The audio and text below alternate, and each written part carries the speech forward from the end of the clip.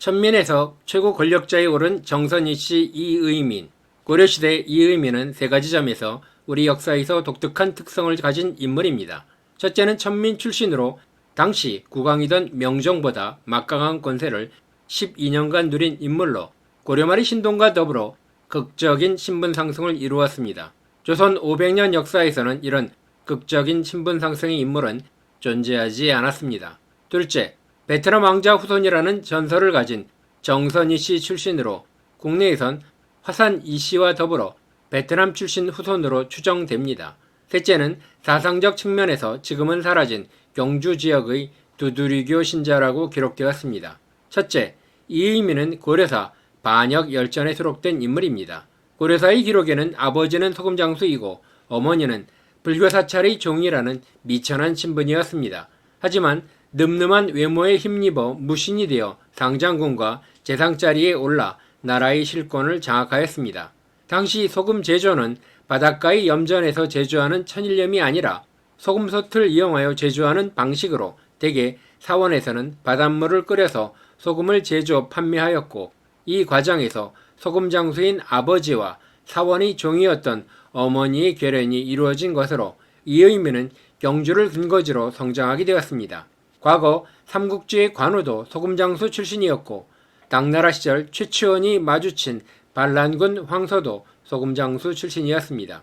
이의민은 키가 8척이나 되었고 힘이 전륜하였습니다. 형 2명과 함께 시골 구속을 다니면서 힘으로 말썽도 많이 부렸습니다. 신분제 사회에서 천민인 이의민 삼형제는 권력의 비호를 받아 힘자랑을 하고 다녔지만 알렴사 김자양은 이들 형제를 옥에 가두고 혹독한 고문을 가했습니다. 고문 끝에 두 형은 죽었지만 이의민만은 죽지 않았고 김자양은 이를 장하게 여기고 개경의 군사로 뽑아 넣어주었습니다. 이는 중앙 파견 관리와 지방 토착 세력 사이의 타협으로 이의민이 방면되어 수도 경군으로 발탁된 것으로 판단됩니다. 개경에서 경군으로 발탁된 이의민은 수박이란 격투를 잘하였습니다. 수박은 4세기 고구려 벽화에도 등장하는 무술로 원시시대에 맨손으로 짐승을 잡거나 상대와 겨루는 무술로 과거 수련 방법이 택견이나 씨름, 수박으로 발전하였습니다. 이의민이 수박을 잘하였으므로 의종은 그를 발탁하여 별장으로 승진시켰습니다. 하지만 무신의 난이 일어나자 이의민은 적극 가담하였고 그가 살해한 사람들이 많아 반란 세력들은 그를 중랑장으로 올렸다가 곧 장군으로 승진시켰습니다. 정중부의 난이 성공하자 곧 의종은 폐위되고 명종이 들어섰는데 1173년 동북면 병마사 김보당이 의종 복위를 외치자 정중부 등 무신 세력들은 의종을 살려두어서는 안 된다고 판단하였습니다. 이의민이 정중부의 명을 받아 의종을 찾아 내려오자 경주 사람들은 이의민에게 잠시만 기다려 주시면 이를 도모할 테니 다만 고을 사람들에게 해를 끼치지 말아달라고 당부하였습니다. 경주 사람들은 이의민에 협력하여 의종 측근들을 제거하였습니다. 고려사에는 이의민이 맨손으로 의종의 척추를 꺾어 죽였는데 힘센 그의 손이 닿자 의종의 등뼈가 부러지는 소리가 났고 이 소리를 들은 이의민은 껄껄대며 웃었다고 합니다. 그는 의종을 죽이고 시신을 이불에 둘둘 말아 가마솥 2개 사이에 끼운 채로 연못에 내다 버렸고 그 공으로 대장군으로 승진하였습니다. 하지만 이후 26세의 젊은 경대승이 정중부를 제거하고 4년간 집권하였습니다. 경대승은 이전 무신 집권자들과는 다르게 문신에게 호의적이었고 학식을 중시하였습니다. 경대승은 무신 정권에 비판적이었고 복고를 주장하는 입장이었습니다. 무신들에 의해 추대된 명종은 정권을 잡은 경대승이 불편하였습니다. 경대승의 위험에 눌려 지내던 명종은 경대승이 죽자마자 사병 조직인 도방을 해체하고 조직원 60여 명을 잡아와 엄중하게 고문을 했는데 고문이 혹독하다 보니 귀환길에서 대부분 죽고 살아남은 이가 4, 5인에 불과했다고 합니다. 신문을 마친 조직원들은 모두 먼 섬으로 유배를 보냈습니다. 경대승이 죽고 잠시 권력의 공백이 발생하자 명종은 경주에 있는 이의민의 상경을 재촉했다고 합니다.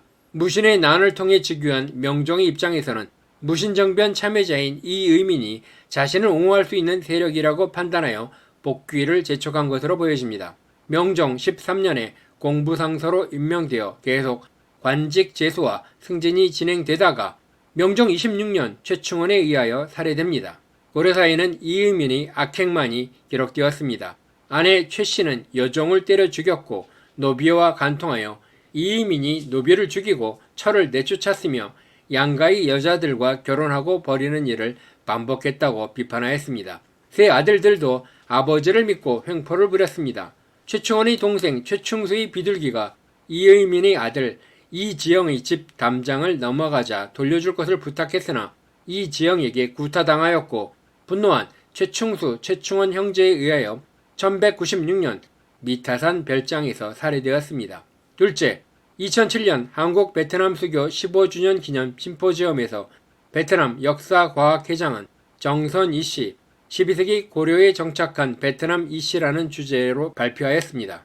기존에 알려진 베트남 리 왕조의 화산이 씨 이용상 왕자가 1226년 황해도 옹진에 표류하여 도착하기 99년 전인 1127년 리 왕조의 4대 왕 인종의 셋째 왕자인 이양훈이 고려에 건너와 경주에 도착하였고 이후 후손들이 강원도 정선으로 이주하여 정선 이씨의 시조가 되었다는 것입니다. 이 양호는 신변보호를 위하여 왕자 신분을 감출 수밖에 없었고 그 후손의 6대손이 이의민이고 이의민이 최충원에게 패하고 일족이 참변을 당하자 9대손 이우원이 일족을 이끌고 강원도 정선으로 이주하여 정착했다는 것입니다.